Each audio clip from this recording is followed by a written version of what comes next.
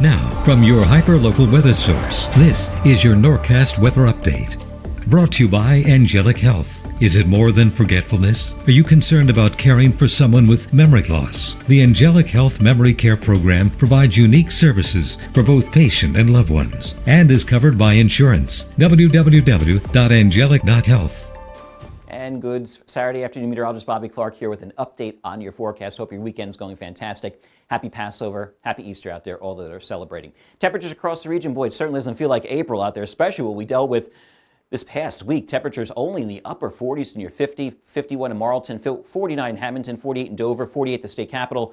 Run that 195 corridor near me towards Asbury Park. It's 42 degrees at Parafours as you head towards Toms River, and 44 also in Tuckerton. So well below normal for this time of year, and especially along the shoreline, very damp and raw because we do have that north to northeasterly component to the wind coming off the ocean with those ocean temperatures barely still in the mid to upper 40s out there, but good news is they're starting to moderate just a bit. We are chilly for tonight. Temperatures dipping back into the upper 20s to low 30s. Wow.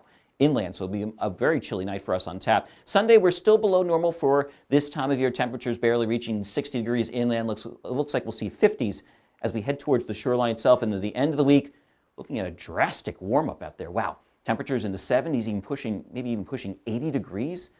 Wow. I know most people have the week off upcoming here with schools being closed and a lot of people take vacation. So definitely a great week that you picked for vacations out there. We'll talk about that, though, in just a couple of moments. Muggy meter for the next couple of days here, not looking too bad. We're dry over the weekend, which I mentioned the fact that unless you're along the shoreline, because we'll get that moisture coming off the ocean itself, but if you move inland, any kind of sinus or head issues out there are going to be a problem, at least for the next several days out there, because we do have dry dew points. But look what happens as we head into the middle of the week here. Much more muggy, sort of like we felt with on Thursday and this past Wednesday. Felt very muggy out there and disgusting, and unfortunately we'll start to see that push in to the more muggier area as we head into the end of the week itself. So wind gusts for the rest of today, gusting to near 15 to 20 miles per hour, stronger along the ocean. That's why I think we're going to stay much more cooler here for the rest of the evening as we head into the overnight hours tonight. On into tomorrow, same situation. We'll continue to see that easterly flow here as we head into the morning hours itself. Patchy fog will develop as we head into the morning hours itself because temperatures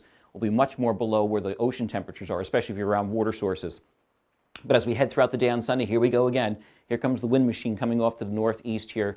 Gusts to near 25 to even 30 miles per hour, especially along the shoreline itself, a little bit less as you head inland. But again, it'll keep us on that raw, damp side, keep the cloud cover for us for most of the day for tomorrow, and therefore temperatures not reaching to where it should be for this time of year. We'll barely hit 60 degrees inland, 50s along the shoreline, when we should be in the low to mid 60s across the area itself. Precipitation chances we're looking very dry out there. Now Thursday and Friday we'll start to see a front push on in here, but it looks like it's going to stay well off to our west, so not only looking at possibly maybe a spritz or two out there. It looks like it's going to hold off at least until next weekend before we start to see some action in terms of rainfall and some storms out there. So tomorrow 60 degrees will do it. Again, northeasterly flow, 5 to 10 gusts as we mentioned near 20 to 25 miles per hour, keeping it raw, damp, especially as you head towards the shoreline, but we'll call it partly sunny to mostly cloudy skies as we head throughout the day tomorrow.